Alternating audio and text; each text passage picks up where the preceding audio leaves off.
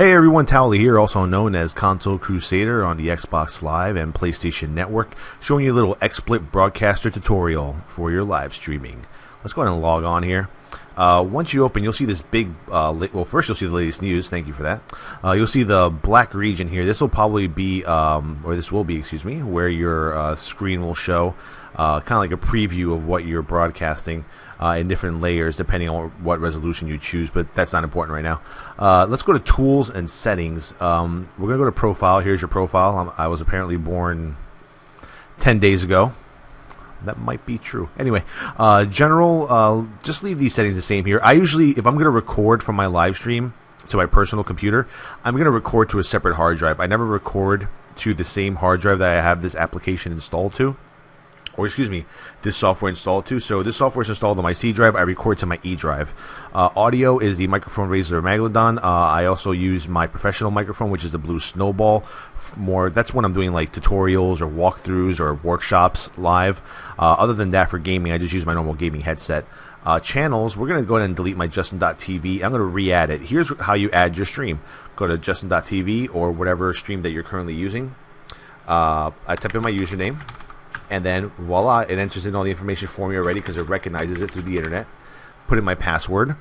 Video encoding, I usually leave all this as default, except for when I'm doing console gaming. I'll bump the quality up to 7 for console gaming, and I'll put the max bitrate up to 1500, and the buffer will go up to about 3000 for that. The codecs is X264, but for resolution, you actually have to email XSplit, and they'll give you this feature to test out because it's currently only used for internal testing purposes.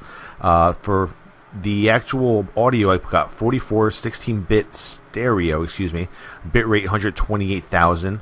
Once that's done, it's basically done with your setup. Hit OK.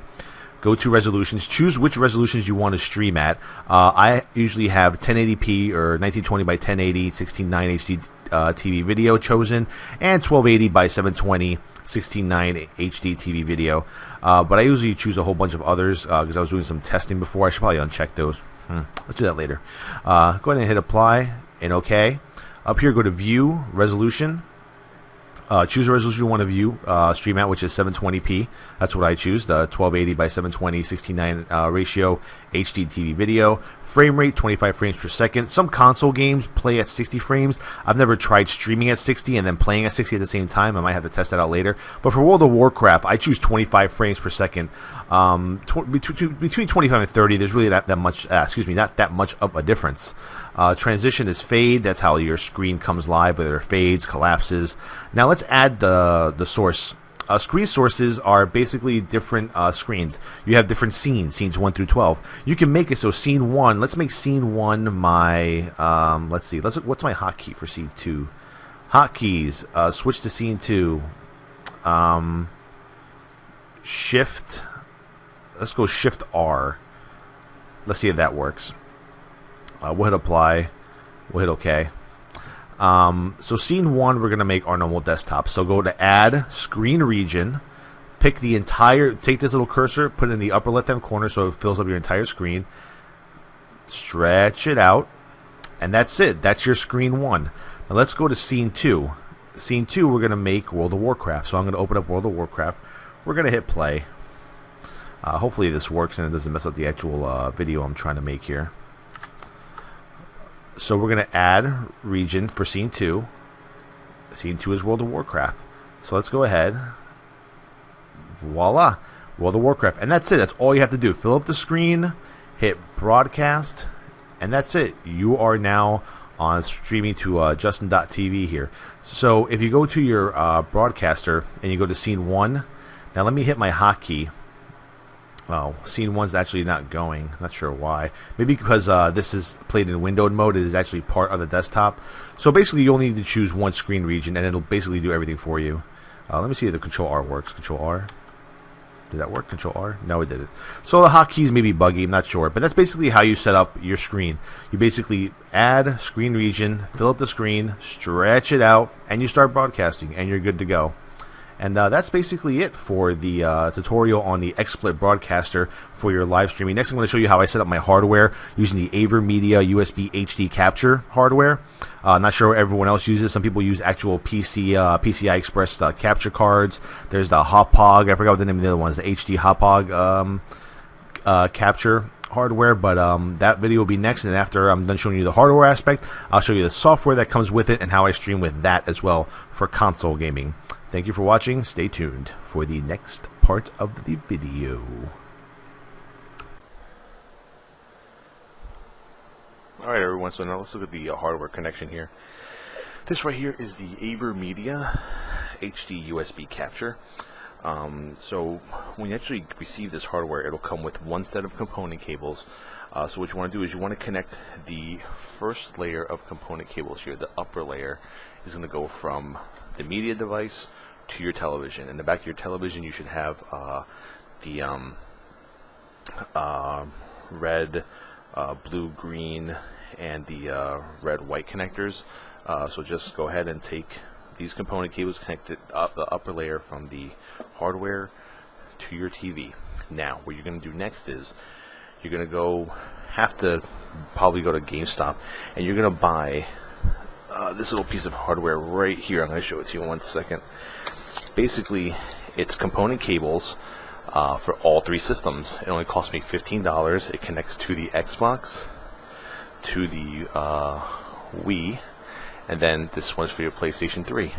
And all you really have to do, so you can just switch between systems if you want. That's what I do.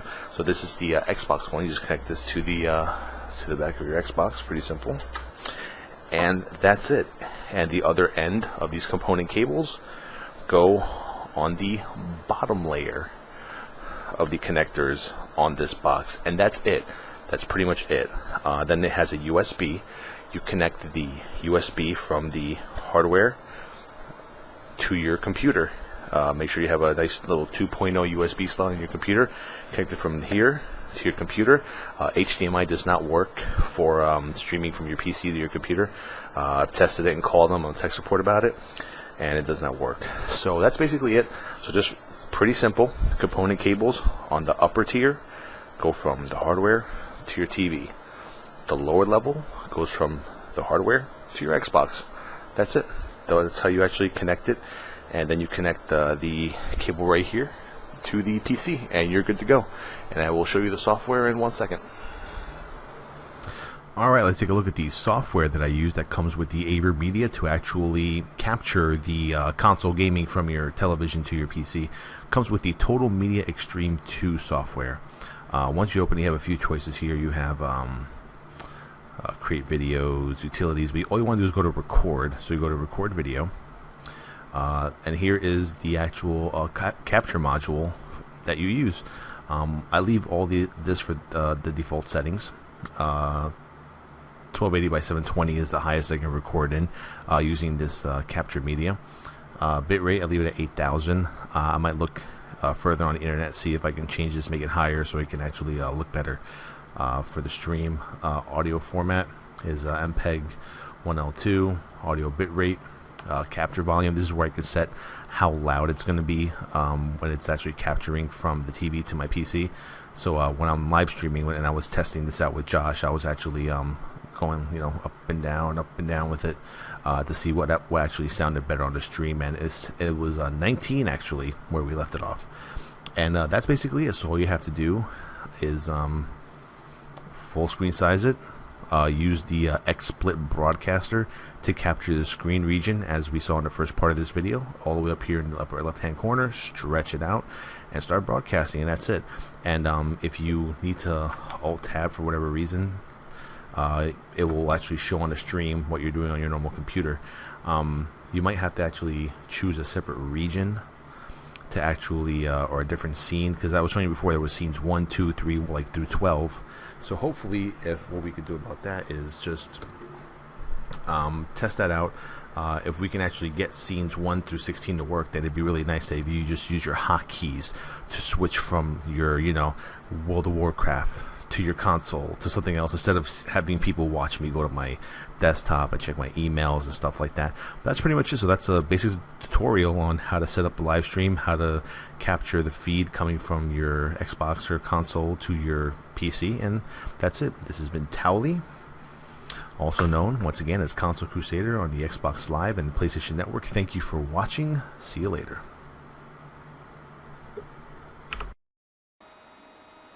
What's up, everyone? This is Terrence with Trim Tech Computers. Just going to talk to you today a little bit about a feature and a couple of sites that's actually going to give you the ability to watch TV for free, and you don't have to pay the cable company for the DVR. Now, what I mean by that is that basically there's a couple of different sites out there that'll give you the option and availability to watch a lot of different TV shows that are current TV shows and also maybe some older TV shows without having to pay the cable company for a DVR or any other provider in that respect. All you have to do is have at least a cable modem or DSL modem speed internet connection. Now, there's two sites I want you to write down. The first one is called Hulu, that's HULU.com, and the other one is called Fancast.com. Now, those are two major ones. I'm sure there's pretty much a lot more out there that can give you some similar experience and so forth, where they give you a lot of different TV shows available to you, and you're able to actually play them at your leisure. You don't have to worry about when they come on, if it's a Tuesday night or Thursday night or Friday night at 10 o'clock or 8 o'clock or 9 o'clock in the evening. You can watch it whenever you want. So if you have a day off and you want to watch some TV, if you have the ability to put your desktop or laptop connected to your regular size TV to get that full experience, by all means do so. Or maybe if you're just a late at night person like I am sometimes, you want to watch certain TV shows that you just need to catch up on, watch it on your laptop, be it in the comfort of your own lounge, your bed, or office, or wherever you might be at, you can do that as well. It's a very, very good thing to actually get caught up on with TV if you're a heavy entertainment person, so to speak, and you like to watch movies and other TV shows. Now, the big benefits is, number one, you have very limited commercials. You don't have to worry about 8 commercials within a 2 or 3 minute time frame. You can always pause it whenever you feel like it. You can always go back a little bit.